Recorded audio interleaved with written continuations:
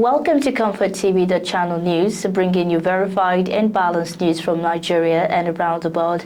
I am Faith Kevin. Thank you for joining us this morning. In the headlines, Governor Otti grants automatic employment to 9 EXCO members. NAPTIP busts child trafficking ring, rescues 8 stolen children. Odo to take over as acting clerk of Senate. PDP urges Fubara to remain loyal to the party. President Tinubu's reform revolutionary, says ex-speaker Dogara. In the business news, insider threat and low confidence hobble $14 billion aviation target. In the international scene, weeping Nepalese hold funerals for those killed in deadly and anti-graft protests. Also in sports, De Bruyne leads Napoli in emotional return to Man City. In the news, Governor Alex Otti of Abia State has granted automatic employment to 9 former members of the National Youth Service Corps NYSC of Abia origin who recently received presidential NYSC honor awards. Welcoming the EXCO members in his Mbosi residence, the governor directed the head of service HOS of the state to issue them appointment letters with immediate effect. The core members, Nwogu Chinonso, Anyawu Promise, Ezieme Francis Uba, Emmanuel Onyalo Isiene, Abia Chinwendu Grace, Nwafike Esther Chimela, Dr. Ugwa Obinna Mark, A.K. Lawrence Miracle, and James Raphael Chukwebuka were led to the governor's residence by the NYSC State Coordinator, Barrister Gladys Adama. The governor appreciated them for their outstanding performance during their service year, which earned them the presidential honor, and charged the former corps members to continue to be outstanding in everything they do. He equally thanked the NYSC State Coordinator for the great work she is doing in Abia and for bringing outstanding EXCO members to him. Responding on behalf of the EXCO members, Mr. Nwogu Chinonso from Obingwa local government area thanked the governor for the recognition and appointment and pledged to serve the state with dedication. Earlier, while presenting the EXCO members, the NYSC State Coordinator Barrister Gladys Adama noted that the 9 EXCO members made the state proud during their service year, prompting their decoration by the President of the Federal Republic of Nigeria. Governor Otti has received the final report of the Abia State Judicial Panel of Inquiry on the recovery of government properties, funds, and related matters. Receiving the report from the members of the panel, led by its chairperson, Honorable Justice Florence Duroha Igwe, retired, in his office, the governor emphasized that setting up the Judicial Panel of Inquiry was not for any form of vendetta or witch hunting. He said that they just needed to know what had happened. He explained that a proper handover was not made, so many times they had been groping trying to get information. However, he added that it was by the way now, as they had trudged on and had completed 2 years. He assured that his administration would take the report seriously, disclosing that already a committee has been constituted and the report would be given to them. He thanked the chairman and members of the panel for the hard work that they did in over 2 years that they served, saying that the government did not anticipate that the panel would take much time. Speaking earlier while submitting the report of the panel to the governor, the chairman of the panel, Honorable Justice Florence Duroha Igwe, retired, disclosed that out of the 350 petitions and memoranda received, the panel was able to hear, conclude, and submit its report on 278.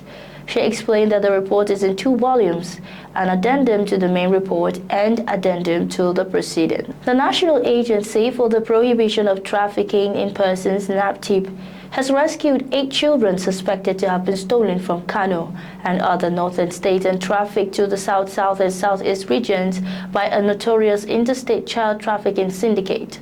The rescued children are said to be between the ages of 2 and 10 years and were found in privately owned orphanage run by a top executive of the Association of Orphanage Operators in Nigeria. NAPTIP said more than 70 children, including 15 newborns, were discovered at the facility, confirming that only 8 were identified as missing children from Kano. The operation was carried out with the support of the Anambra State Command of the Department of State Services, DSS, the Nigerian Police, Delta Command, and the Kano State Ministry of Women Affairs, with the active involvement of civil society organizations and distressed parents. The Director General of NAPTIP, Dr. Binta Bello, while speaking on the operation, decried what she described as the unwholesome activities of some orphanages in the country.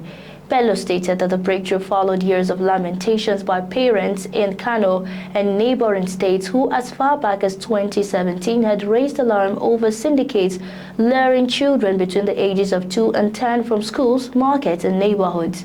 She recalled in December 2022, a Kano-based NGO, Protection Against the Abduction and Missing of Our Children, Patamok, petitioned NAPTIP on behalf of more than 200 affected parents. Former House of Representatives Speaker Yakubu Dogara has said that President Bola Ahmed Tinubu's economic reform program is a revolution. He called it the most far-reaching in many decades of Nigeria's nationhood. According to him, the president inherited an economy in comatose, which needed such bold and courageous decisions to pull it back from the brink. On assumption of office on May 29, 2023, he said the president removed subsidy on petrol and scrapped multiple exchange rates, the two key economic policies that have shaped his administration. Dogara says this legacy would impact generations to come and cement President Tinubu's place in Nigeria's history as the undisputed, most consequential economic reformer of our time.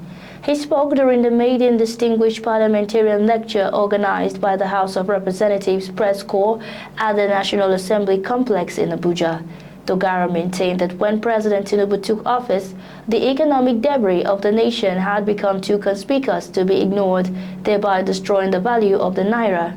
He described President Tinubu's sweeping tax reforms as the most audacious overhaul of Nigeria's fiscal framework in decades, urging the government to ensure transparency and sustained implementation to secure public trust. The Nigerian Medical Association (NMA) has chided the federal government for its serial breach of agreement with the association, alleging the government's insensitivity towards the welfare of Nigerian doctors, which is indirectly aiding avoidable brain drain in the country.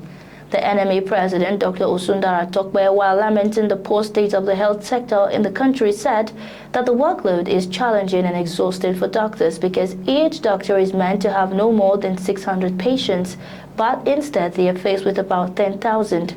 Also, the NMA Lagos State branch has said the low budgetary allocation to health has reduced the capacity of public hospitals and forced many doctors to leave the country in search of better opportunities.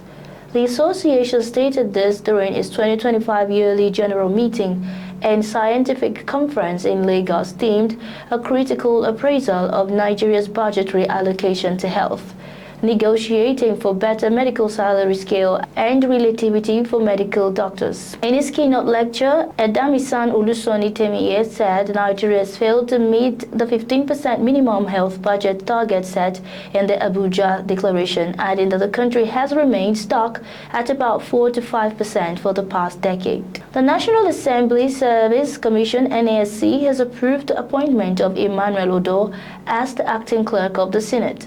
The appointment was ratified during the Commission's 10th meeting of its 6th session. Before his appointment, Mr. Odo was Deputy Clerk, Senate Administration.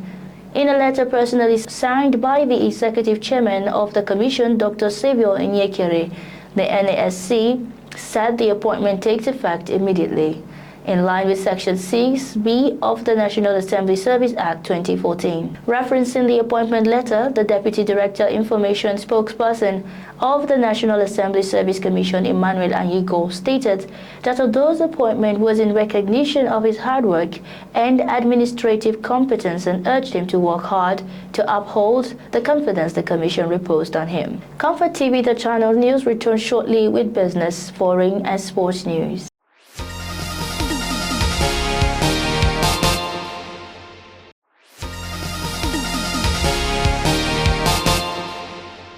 Many thanks for staying tuned. This is ComfortTV.channel news on business.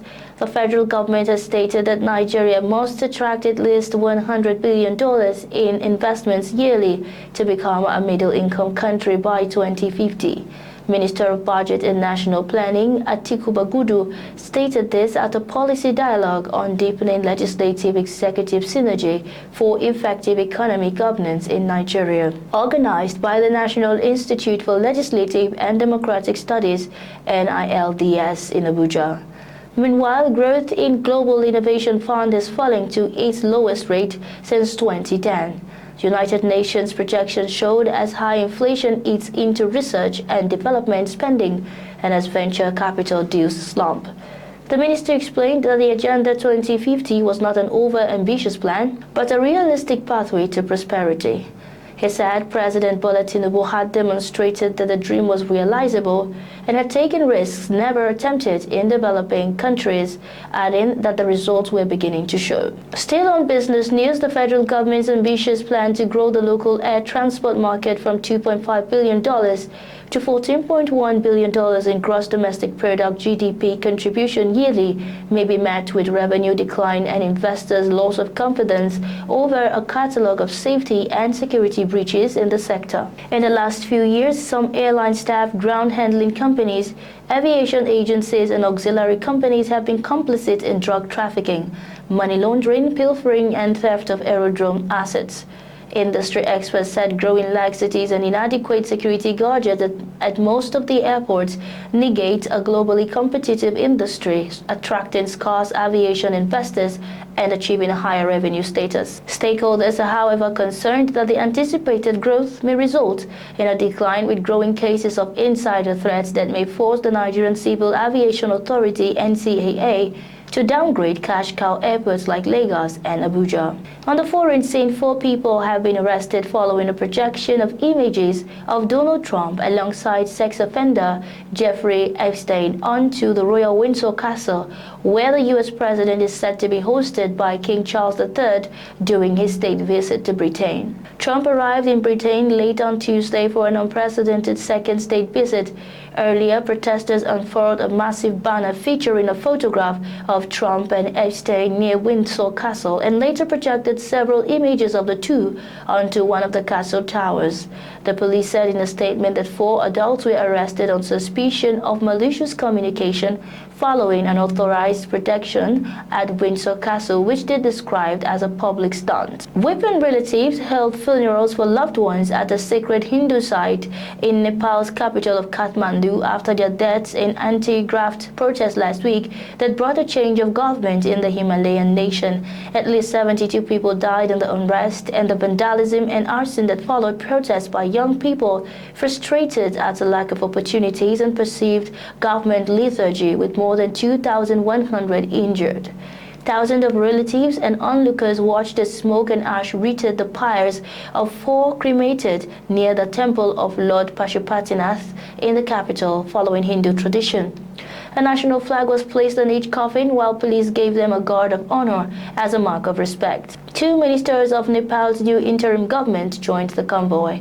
Helicopters carried the bodies of others killed in the protest to hometowns outside Kathmandu. Former Chief Justice Sushila Karki took the reins as Nepal's first woman Prime Minister last week.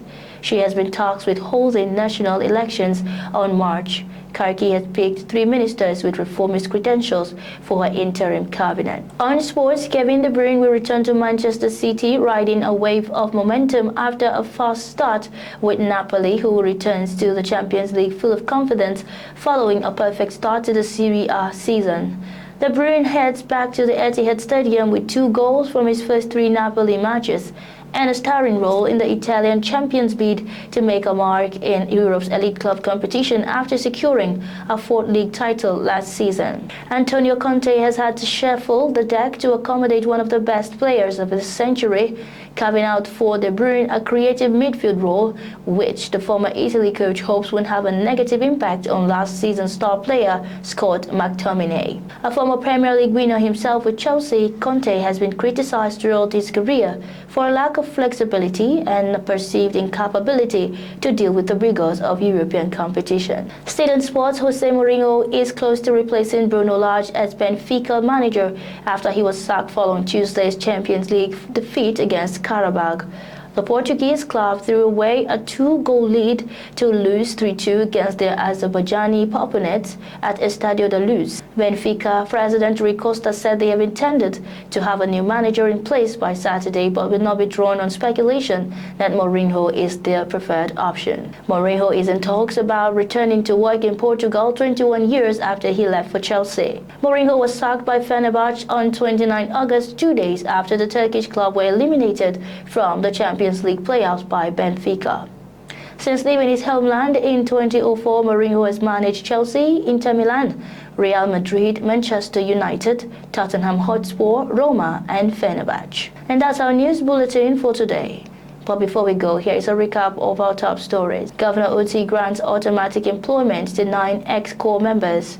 NAPTIP busts child trafficking ring, rescues 8 stolen children. Odo to take over as acting clerk of Senate. PDP urges Fubara to remain loyal to party. In the business world, insider threats and low confidence hobble $14 billion aviation target.